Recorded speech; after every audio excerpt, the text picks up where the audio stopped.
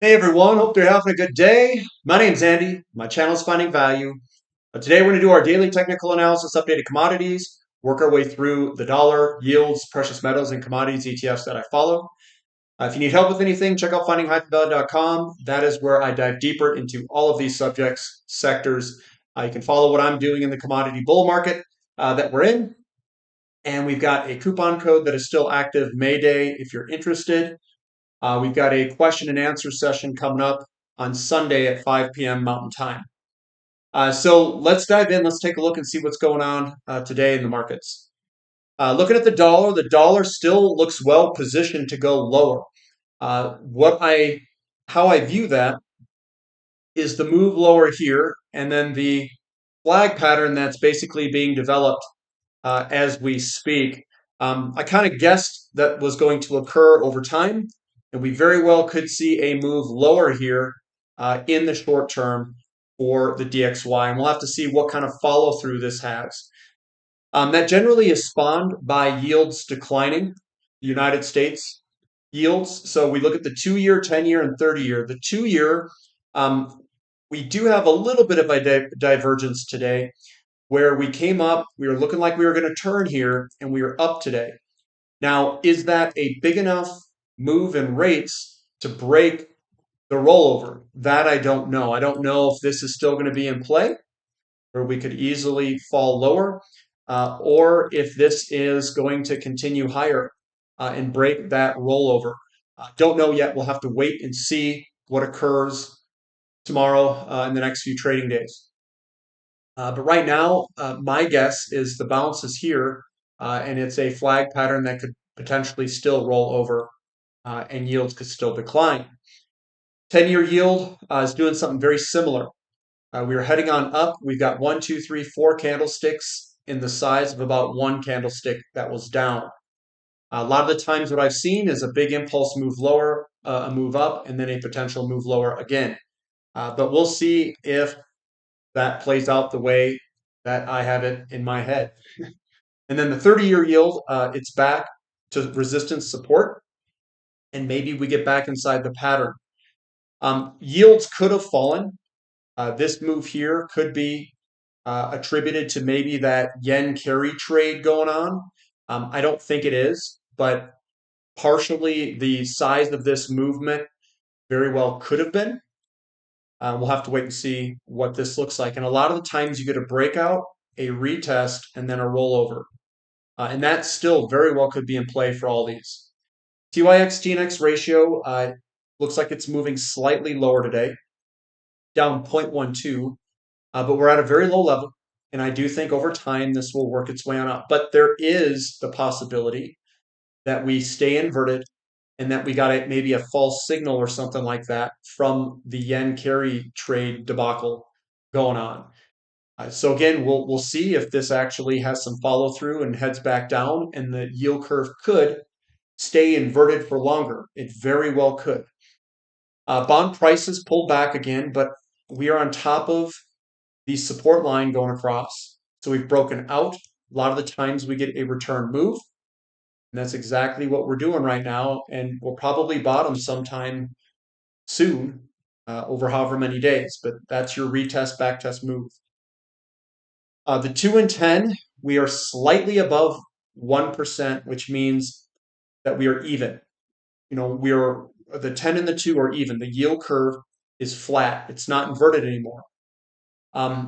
When this uninverts, it's generally when you get a slowdown.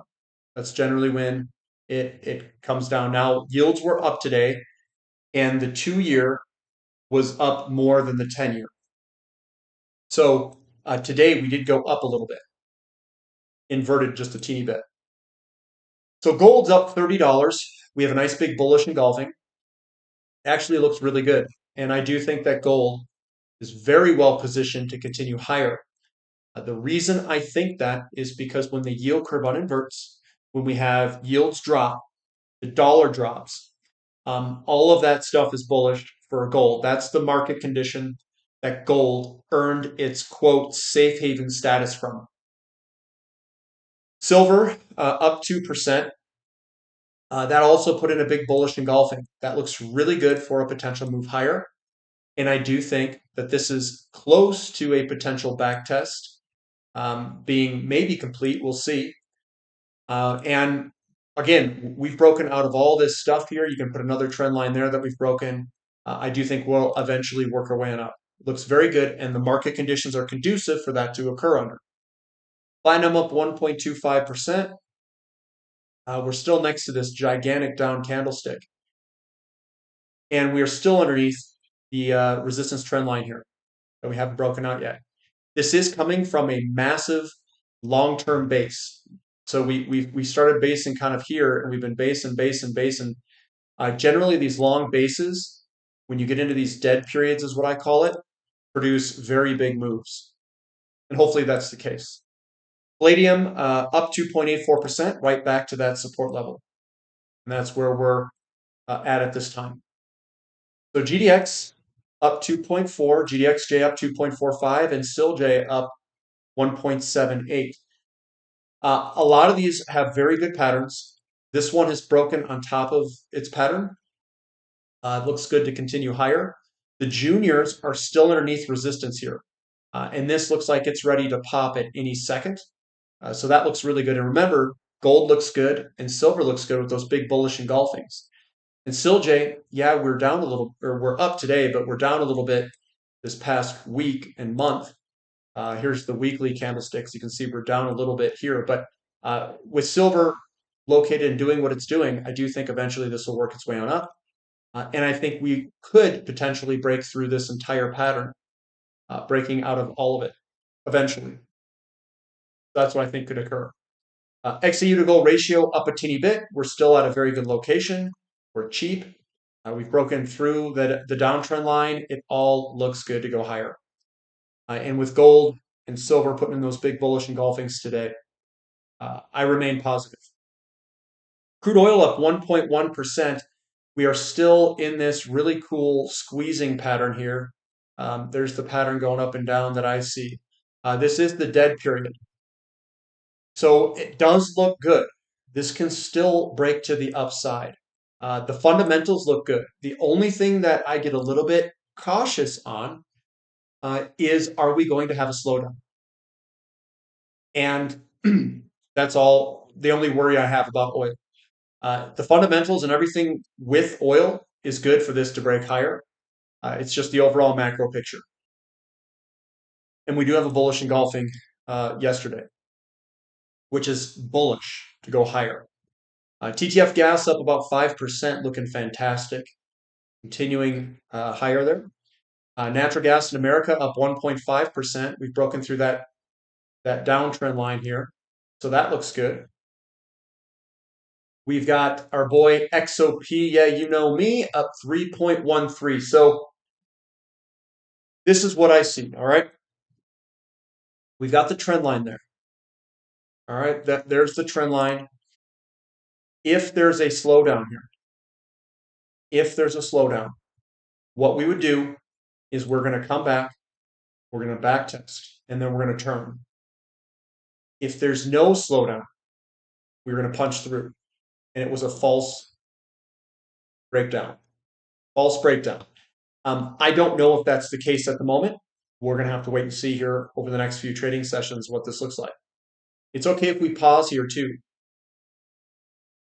But this is where the rubber meets the road here now. OIH, we had this big selling pressure move through support, and we are below it. I know we are up today, 2.3%. We need to get back up above it. We don't want to come back, touch, and roll back over. So we'll see what occurs here on the energy service ETF OIH. Newcastle coal futures higher, following TTF nat gas, looking good. We've got the Sprott Physical Uranium Trust up 3.15%, not too bad. Getting a little bit of confidence. You know, this does trade a little bit more closely to the overall markets than some other commodities. So watch the overall markets. Futures pricing is right in the corner here of this falling wedge. There it is. Right in the corner. URA up 2%. Is this a bottom? We'll have to wait and see here, guys. The good thing is we didn't just blow out to the downside. We still don't know if this is a bottom or if the overall markets is going to roll over and drag us lower. I will show you what the S&P 500 and the NASDAQ look like uh, down the line here. Uranium, similar pattern. It's good that we're holding. It's good. Now we have to see follow through to the upside if we're going to put in a bottom or a sideways pattern, or if we get a big selling pressure candlestick. URNJ, very similar. We were just holding at the time at this time. Big momentum to the downside ahead of us, though. So copper holding on support. Nice little up candlestick. We've got COPX up 2.9, so we could potentially go sideways or bottom here. And we'll see what that looks like. We still have this nasty bearish engulfing that's hanging around all of these patterns, though. Even on XOP, there is some bearishness still hanging out there. Iron ore moving sideways. It's still looking good and composed. It's not just flinging all over the place with huge down candlesticks. Aluminum up a little bit, but we are consolidating here. We did enter this from the top side down, so it could be a continuation pattern. We'll see which way it breaks. Nickel up a little bit, and again, I'm just waiting to see which way this thing goes. If it's a continuation pattern, break lower, and a recession is coming, or if we try to bottom and turn. MU, which is the agribusiness ETF, we're up back to that resistance support level. Again, we came on down, and we'll see if we keep going up or if we can hold here. Emerging markets up 2.33. That looks pretty good. We're above that support level, so we bounced back above that support level, looking pretty good. KRE up 1.75%, big move lower, and this could be a flag pattern that drops lower again. I'm just waiting to see what occurs here. TAN up 2%, not really strong or weak at the moment. Lithium up 1.9, right on support of that 36-ish dollar area. It's holding at this moment. We'll see if we can do something here. REMX up 2.5%. Again, we've got momentum lower, and we're going to see if we can do something here. Don't know yet. Momentum still to the downside, still bearish. Baltic Dry Index up 0.77. We're at that long-term support level, and it'll probably hold here for a little bit. XHB up 1.8%. But we've got the downside momentum and a bearish engulfing here, which still could exert downside pressure here in the short term. Russell 2000 up 2.4%. We still have the bearish engulfing and the big move lower. Is this going to puke to the downside? Don't know yet. Something to watch. SPX, same thing. There's your bearish engulfing still. Those don't go away yet. And we could come up and roll over. That could be the case of this rising wedge. So we dump out to the downside, come up, and then roll back over. This would be the bull trap. And everybody I know, they're getting all bullish because the price goes up. Could be a bull trap. We'll see. And then NASDAQ doing the same thing. Go over top, coming back down, could come up, do a retest, and break lower. It's still possible. Bearish engulfing, bearish engulfing, bearish engulfing. SMCI, again, the momentum's to the downside, even though we had an up day, 3.5%. Still looking bearish. NVIDIA up 6%, but we still have these nasty bearish engulfings all over the place. Momentum is still to the downside. We'll see what occurs. This is going to be a fun one, guys. Bitcoin up almost 8%. That looks pretty good. So that did have a reversal candlestick coming up. We held, and then we have a nice big bullish candlestick today, which is good. And then Ethereum up almost 10%. Nice big bullish engulfing here, which looks good for a potential bounce. That does look good. So things are looking better for Ethereum and Bitcoin, and we'll see what it looks like. If there's any sort of downside momentum, it's going to show up here the next couple of trading days, I think. But that's what I've got for today, guys. Give me a thumb up for the content, subscribe to the channel, subscribe to the website if you're interested. and you like the markets, we've got a Discord channel. We've got the midweek updates, and then we've got the question and answer sessions that we have on the weekends.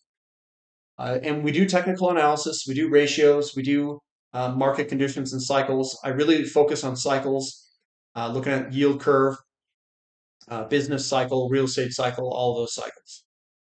So that's what we got for today, guys. I'll end it there. We'll catch you next time. This is Finding Value.